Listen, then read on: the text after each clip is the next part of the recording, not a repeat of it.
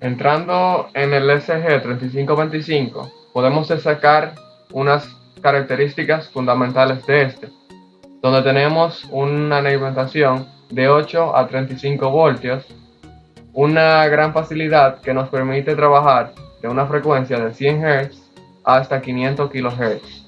También nos ofrece un voltaje de 5.1 de referencia, que se les recordará más adelante cómo funciona esto. También ofrece un oscilador de sincronización independiente.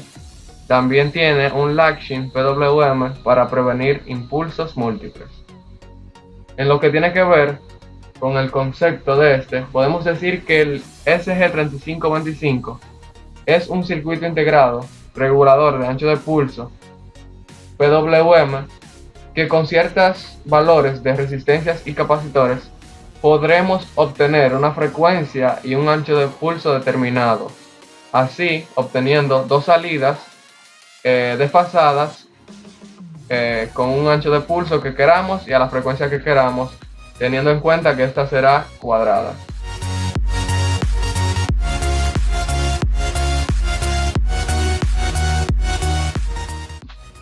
Dentro de la composición interna del SG tenemos algunos componentes básicos, los cuales hacen efectivo su trabajo. Dentro de esos componentes básicos tenemos compuertas lógicas. Aquí podemos ver que tenemos compuertas lógicas OR, también tenemos amplificadores operacionales, tenemos un oscilador, un regulador de voltaje y también tenemos los flip-flop o el flip-flop que se encarga de desfasar la onda cuadrada. Ahora procederé a explicarle la composición interna o configuración interna del SG3525. Como podemos ver en la imagen, tenemos que el SG tiene un regulador de voltaje con referencia de 5.1 voltios. Este tendrá su entrada por el pin 15 y la salida de este será el pin 16, el cual podemos utilizarlo para circuitos externos o comparar mediante resistencias algunos valores lógicos. Bueno, en el pin 4 y 3 tenemos salidas, las cuales no utilizaremos en esta causa.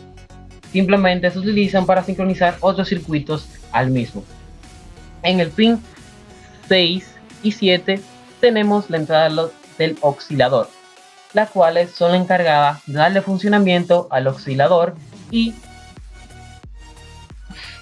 acoplar la frecuencia que este va a trabajar. Como vemos, entre el pin 9 tenemos el control del PWM. En el pin 1 y 2 tenemos el error amp, que es el encargado de aumentar o disminuir proporcionalmente el PWM. Como podemos ver, en el pin 11 tenemos la salida A y en el pin 14 la salida B. Y finalmente tenemos el GND en el pin 12.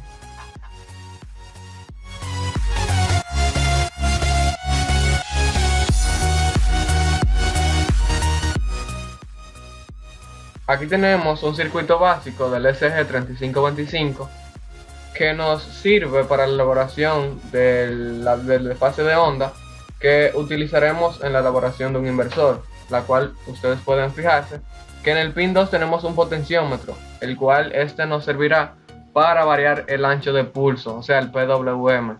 También tenemos otro potenciómetro en el pin 6 que servirá para variar la frecuencia.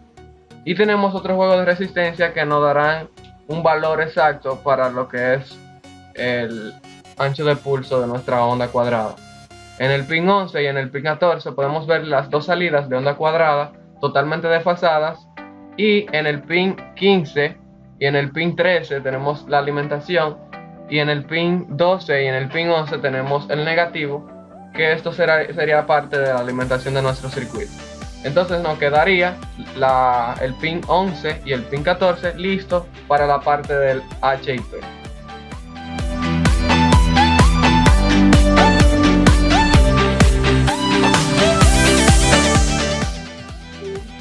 y tenemos en pantalla un circuito que avala la funcionabilidad de lo antes explicado. Como podemos ver, aquí tenemos un potenciómetro encargado de variar el PWM o ancho de pulso. Vamos a interactuar con él. Como vemos, existió una variación en el ancho de pulso. La onda roja simula una onda y la azul la otra. Como podemos ver, están desfasadas. Seguimos interactuando y vemos cómo va cambiando. En este circuito tenemos dos potenciómetros, uno para variar el PWM y otro para variar la frecuencia de oscilación.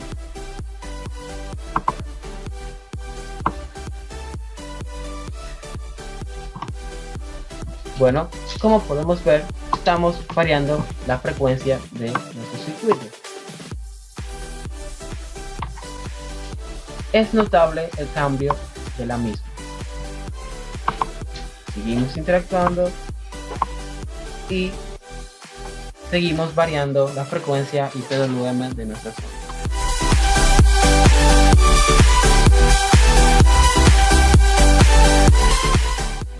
A continuación se les explicará el funcionamiento básico del puente H. En esta simulación los switch están en representación de lo que son los transistores MOSFET. Bien, su funcionamiento es, vamos a decir que es el transistor 1, el transistor 4, el transistor 3 y el transistor 2. En su pleno funcionamiento, cuando el transistor 1 esté activado, el transistor 4 también debería estar activado. Entonces esto presentará un flujo de corriente desde el transistor 1 hasta el transistor 4, teniendo en cuenta que ni el transistor 2 ni el transistor 3 deben estar activados, porque esta corriente no puede pasar a su rango. Entonces, dicho esto, cuando estos dos estén desactivados o uno esté desactivado, el funcionamiento de este motor no va a poder girar. Entonces, cuando estos dos estén desconectados, en otro momento determinado, estos dos deben estar conectados. Como podemos ver, hay un flujo de corriente desde el transistor 3 hasta el transistor 2. En este momento estamos observando que en nuestra simulación hay un motor, pero en nuestro caso será un transformador, que este cumple la función de amplificar una onda DC que se produce desde estos giros.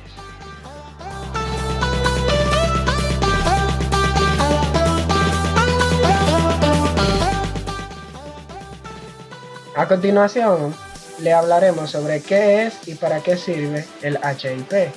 Este circuito que podemos ver es el driver controlador HIP, es el mediador entre el puente H y el oscilador, es decir, el SG3525, y técnicamente la función principal que cumple es incrementar la intensidad de corriente, la tensión o la potencia de la señal que se le aplica a su entrada.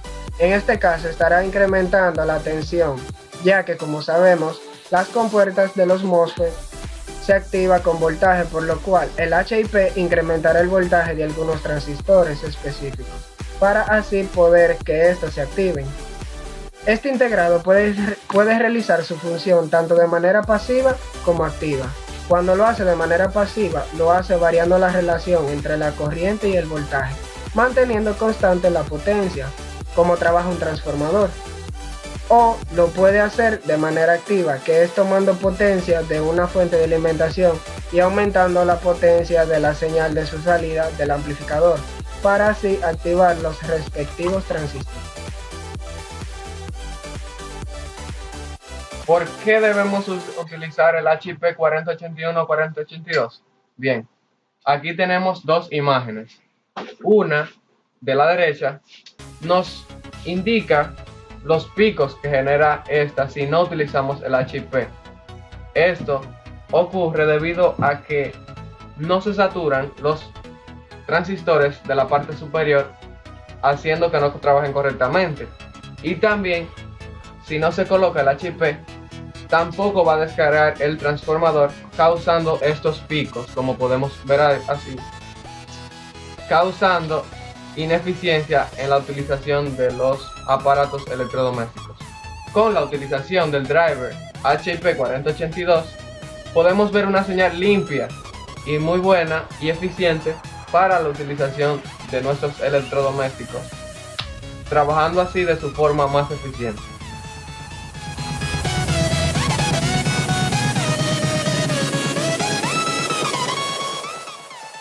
Bien, como podemos ver, aquí tenemos ya las tres partes combinadas. Como podemos ver, el SG3525 con la onda desfasada, el HIP 4081 o 4082 y el puente H en sí. Podemos ver las dos salidas del PWM con las ondas cuadradas desfasadas entrando en el HIP. ¿Para qué nos sirve esto? Este nos suministra una ruta a negativo a los dos MOSFET de arriba, que como podemos ver no tienen una llegada perfecta a negativo. Esto nos suministra una llegada a negativo, haciendo que estos dos MOSFET se saturen correctamente, haciendo que nos dé una onda senoidal para ir al transformador que sea sin ruido. También tenemos en lo que es el HIP 4081, tenemos un conjunto de resistencias y capacitores y diodos, que esto tiene que ver con el fabricante y nos ayudará a descargar el transformador y tener una señal más pura.